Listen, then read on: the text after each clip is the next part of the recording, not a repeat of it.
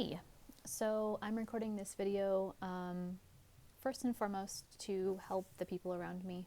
So if you're receiving this, it's because we've talked about it and you kind of want a little bit of help or a nudge or guidance on something large in your life. Congratulations on coming to the table. It is highly uncomfortable to do a lot of this self-work. There are a lot of memes floating around the internet and a lot of self-help things, but I feel like some of them say be this way or do that, but they don't really give the step-by-step process, nor do they acknowledge the great difficulty and snot and tears that come with it. So this is kind of the beginning of that process from the standpoint of kind of how I help people. So the first piece of the puzzle in my experience, and remember that I'm not a licensed or certified therapist, this is just based on my own experience being someone who was chronically ill and spent a lot of time in unintentional meditation and self-reflection because of that. So this is what I've learned from that. So going back, step one kind of in the process is simply awareness. Awareness about, first, the thing that you don't like or the thing that you want to change or that feels uncomfortable or feels unacceptable or feels like it drains you. That is the first part of the puzzle. Sometimes these things are slow and steady when they come in. Sometimes they are nagging. Sometimes they slam us down with our face in the sand. It all comes in different forms, but it's still the issue or the change at hand still requires attention and awareness. So that's the first part. The second part is surrounding exploration of fight or flight. Now, most people would not assume that a lot of us go in and out of fight or flight a lot, but that's very inaccurate. It's time to kind of look at what your fight or flight might look like. So, first, what triggers your fight or flight? Does not being heard make you feel emotional and sweaty and teary and angry and frustrated or violent?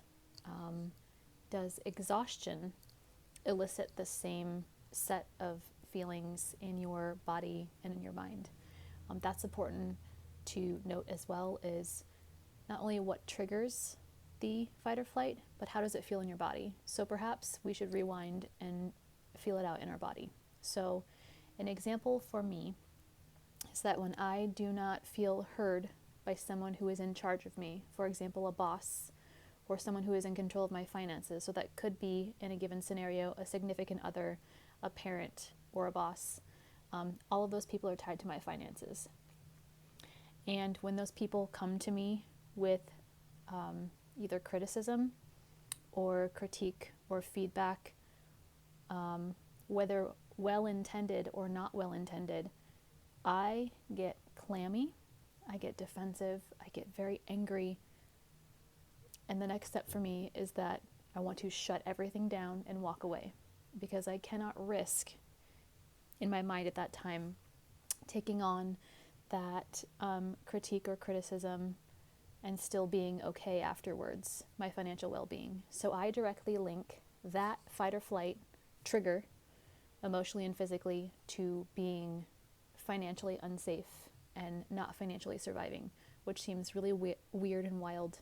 But everything is kind of intrinsically linked together. So that's one example. I do not take criticism and critique well from people that are tied to my financial stability.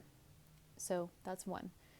A second one would be when I am absolutely exhausted, but I don't know that I'm exhausted.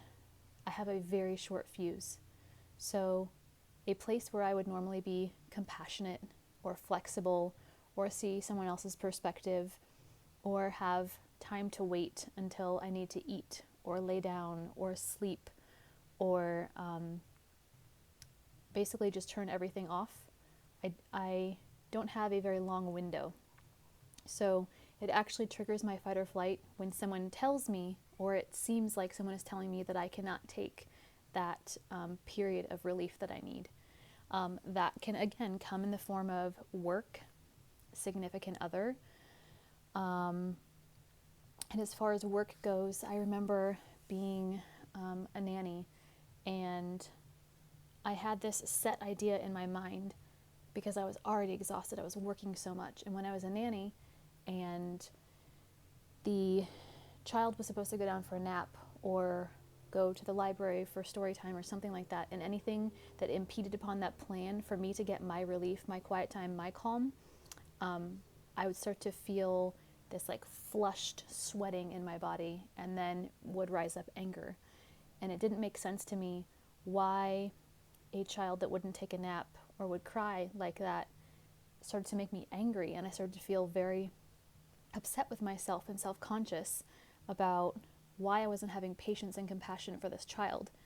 And that was because I didn't recognize just how exhausted in my daily life I was.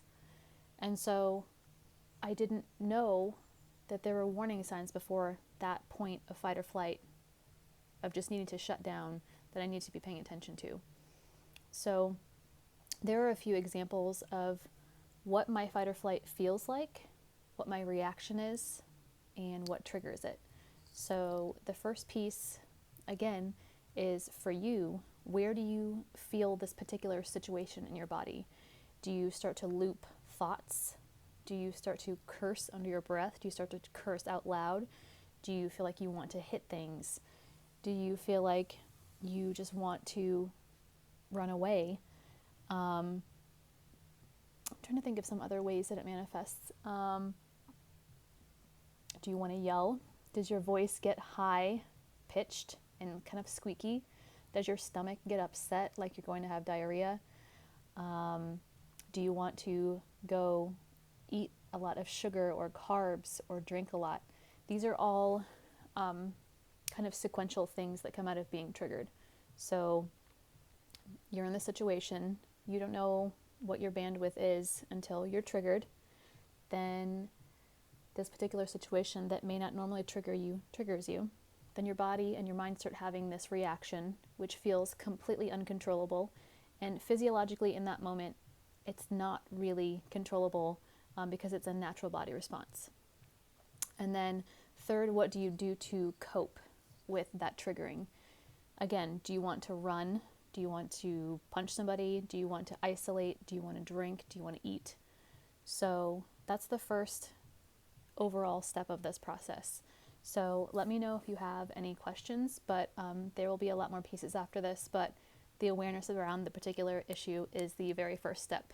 And you can kind of work this awareness system of what is my trigger, what is my emotional and physical state during that trigger, what is my emotional and physical state after that trigger, and what do I do to cope.